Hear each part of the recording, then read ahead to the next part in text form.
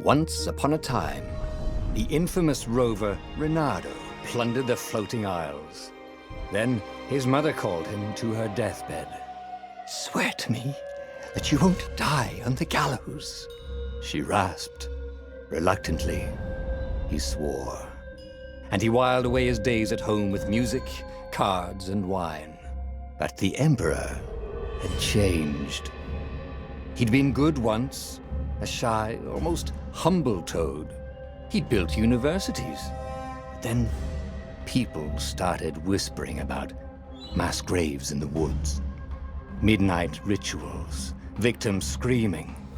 The Imperial Ravens would round up entire villages, and no one ever returned.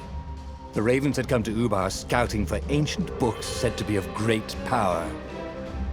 But the librarians had hidden the books, so they'd burnt the librarians. The citizens, outraged, had driven them off. The Ravens had come back with dropships. The kid had fled with one of those books. He was brave and dumb and wanted to join the rebellion. And Reynardo had promised his mother he'd protect him. The kid was looking down, watching his city burn. "Sorry, kid," Reynardo told the kid. "Look, if we give them the book, they'll leave you alone." "My mother died for this book!" "I promised her I'd protect you." Oh, damn it. The kid had run off. With the book, of course. So Reynardo had to run after him.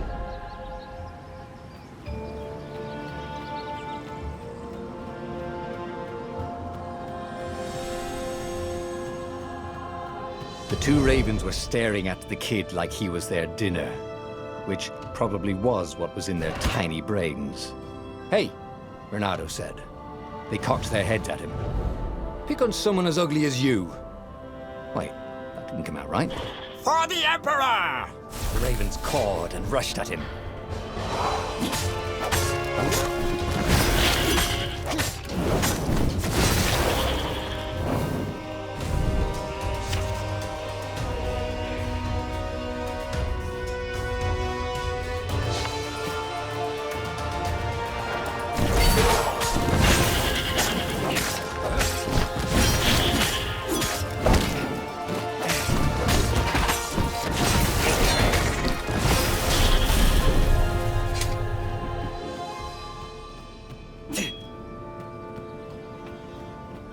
A dropship flew overhead. He hoped they hadn't noticed him. The kid.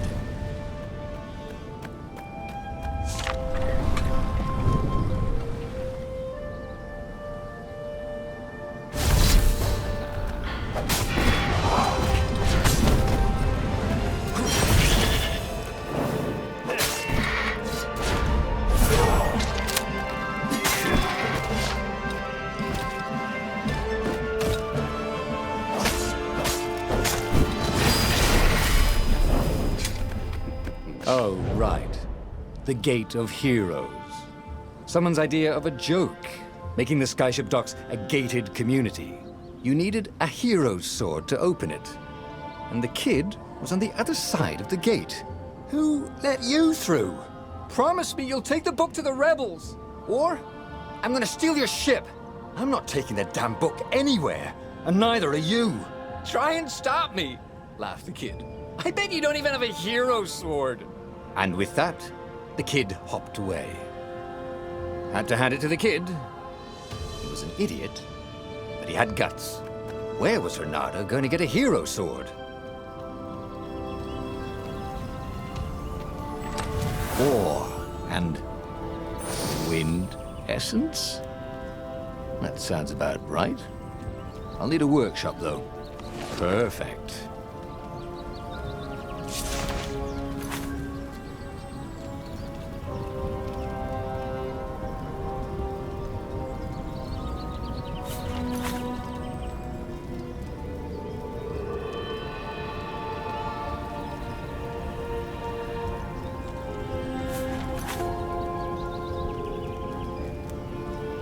A hero sword. QED.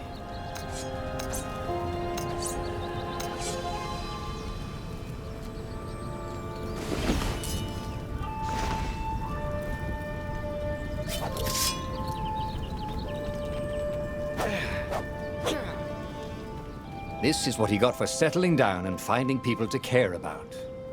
The kid's mum had been a swell cook, and she'd laughed at Renado's jokes, even when he didn't know he'd made one. And then the ravens had come to burn her. And she'd made him promise to protect the kid. But she never told him where the book was, just the kid. He came up to a ledge. It was too far to jump. There'd been a bridge here before, hadn't there? And there was Peter, giggling at him. "How'd you get across?" he asked the kid. "Where'd you find a hook?" "I hopped," said the kid. Wise-ass kid. "Hey, look out behind you!" "Cute," said Renado. Ah, ravens.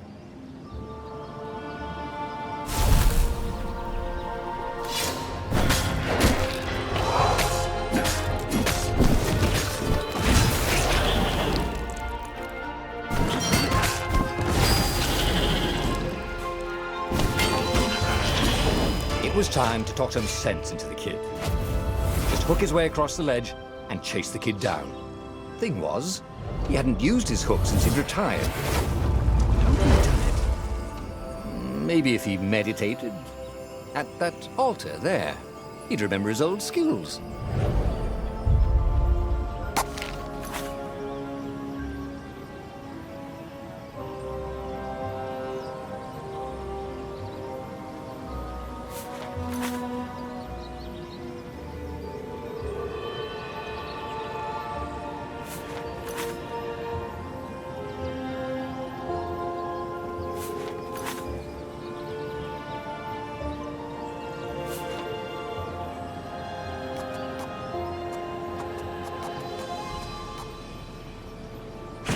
Was starting to come back to him.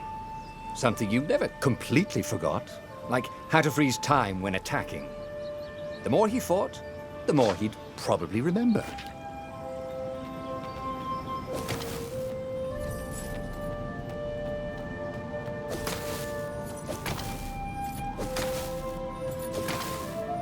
And there was the Farfarer. She was the fastest ship he'd ever known. She could do the Kestra run in 12 furlongs. Oh, so the salesman had told him. And something told him the kid was about to walk into an ambush. "Stop!" he shouted. "I'm not giving you the book!" shouted the kid, and took off. "No! Peter!" But the kid ran for it, and a goggler nailed him with its ivy.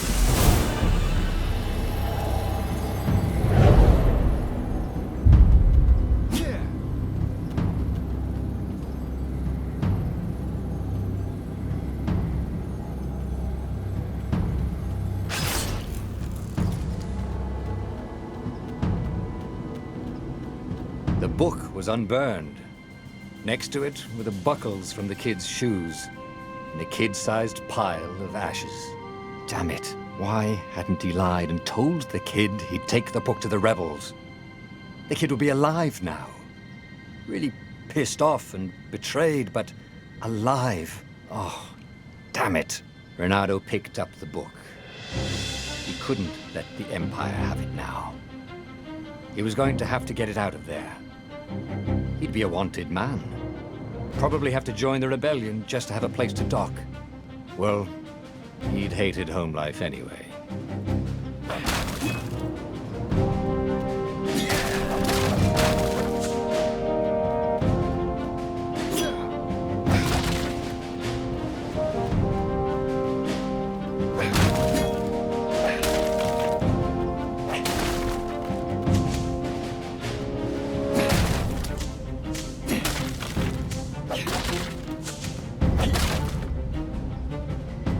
What was the big deal about this book, anyway? Maybe he should open it and find out. All that had been years ago. How many? The war was a blur, and now 3 Raven scout ships were chasing him. Where are you running, rebel? Cawed the Raven captain over the loud hailer. Renado could see them cranking up their catapults. "Just going out for milk?" Renado yelled back. Where can you run? Laughed the Raven horribly. Far behind him, another city was burning. The dark cloud above its island was thousands of Imperial ships. The fleet was doing a thorough job. Take us to the rebel base! I will spare your life! It called. The entire jury-rigged rebel fleet was only a few islands to the east. Beyond that were only the pillars of heaven. A sea of endless blood-colored tornadoes. The rebellion was out of time. Unless Reynardo could bring a game-changer. Maybe he could. Reynardo had found out where he could find the pieces of the Sky Ripper, the legendary weapon that had exiled the lost gods. Surely a legendary weapon could win the final battle. On the other hand, his old friend Lapino had sent Reynardo a desperate message saying he had a brilliant scheme to save the rebellion. If Reynardo could only rescue him. Reynardo dived the Farfarer towards the abyss. As he felt the heat of the jet stream, the Raven ships peeled off, not stable enough to follow him down there. Now it was time to choose. Lapino or the Sky Ripper?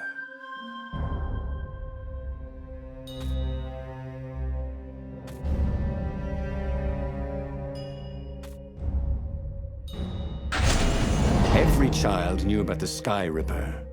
The Transcendent Emperor had buried its pieces. What could have brought them to light? This Emperor, Isengrim III, had once been kind, but he'd gone mad. And now he was conducting secret, obscene rituals to bring back the lost gods.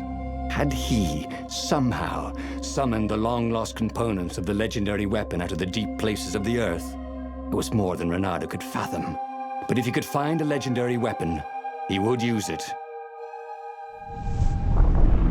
As he set foot on the island, Reynardo could not help but feel a tinge of guilt. He'd left Lapino behind. He hoped the Mad Rabbit had somehow escaped the Ravens. He hoped they hadn't eaten him. If they had, he hoped they hadn't eaten him alive. Why had he chosen the Sky Ripper? Reynardo never made plans that required constant vigilance. He was a hero. He didn't think too much. He just went with his gut and hoped it all worked out. The Sky Ripper was a long shot. He'd have to devote himself to it. No side journeys, no rescuing old friends. That was against his nature. Could he stick with it?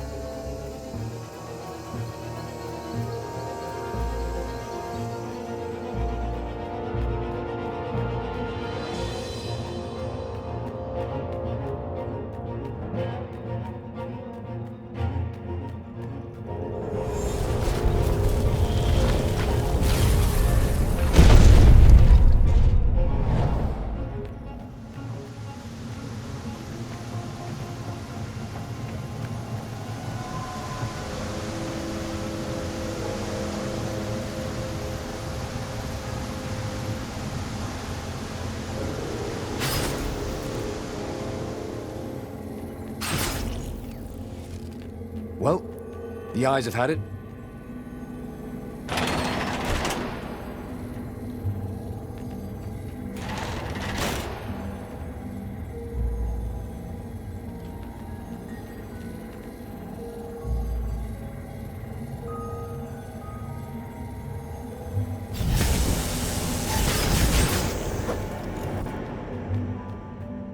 The people who had built this castle, did they even know what monstrous weapon lay hidden within their walls? The Sky Ripper could destroy anything it touched, or so the legend said. As the Transcendent Emperor had fought the lost gods, thousands had died. But Reynardo had been through wars. The only merciful war was a short one. He wasn't that good. Yet.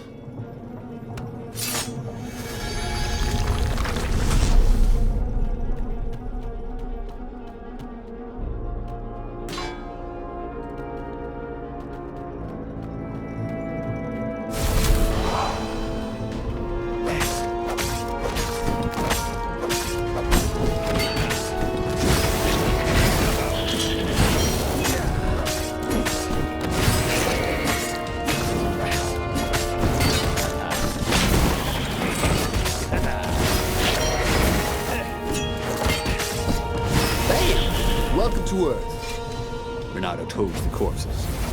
It was something he'd seen in a play once.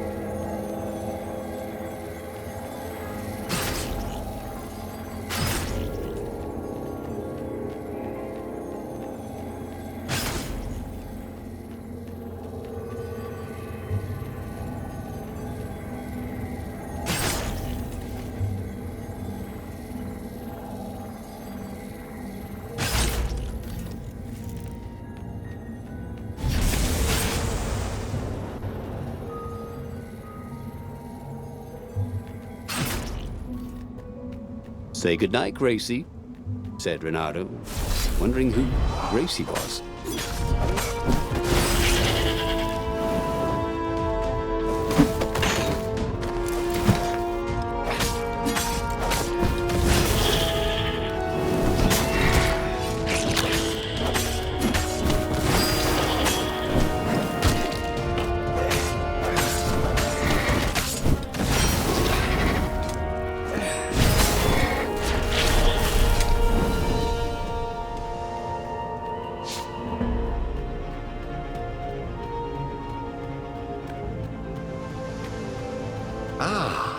A puzzle.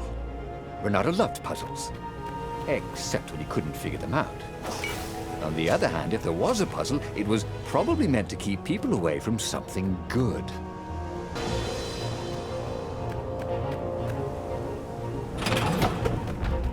Huh? A lever? That was new. Most people still use doorknobs.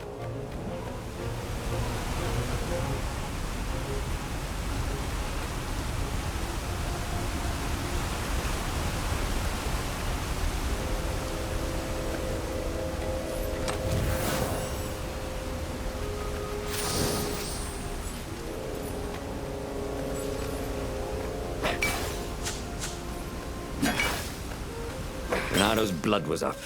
He just needed to smash something.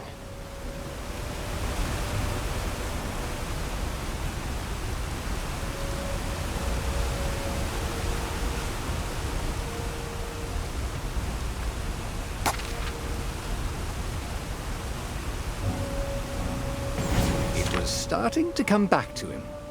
Something you never completely forgot, like how to freeze time when attacking. The more he fought, the more he'd probably remember.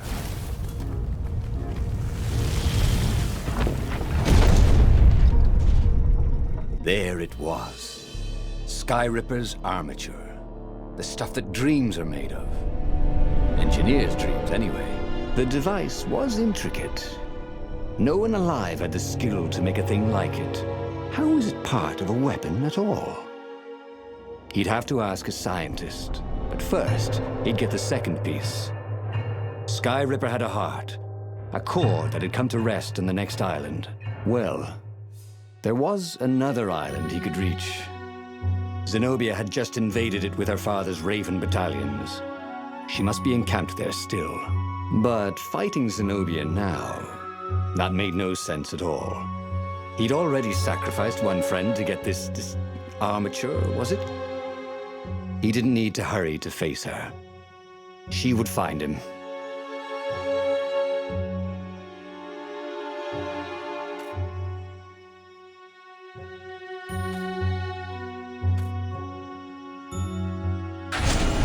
It was a no-brainer. He'd sacrificed his old friend Lapino to get the armature. And the armature was useless by itself, only a series of coils and wheels. War demanded sacrifices, and he would make more before the end. He would have to choose the greatest good, no matter how much it cost him. Zenobia. Well, he would see her sooner or later, across a battlefield or a sword's point before all this was over. He was sure of that. The power was in the core. Obviously, he had to get the core.